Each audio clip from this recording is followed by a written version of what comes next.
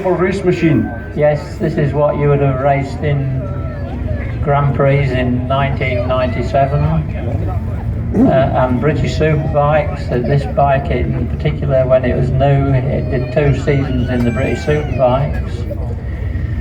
It's a 1997, but Honda's had a lot of crankcase problems in 97, and in 1999 Honda gave all the people that bought the bikes in 97 new crankcases, so it's got 1999 crankcases on it. That's brilliant. Oh, they've resolved that problem. Yeah, Michael Fincham bought it, and one of his son's friends wanted to race it in the 250 Manx Classic Grand Prix, so they prepared it for it, and it finished 6th, and then in 2022 it won the British 250 Championships. In 23 it finished 2nd, and then it was retired and I finished up buying it just before Christmas.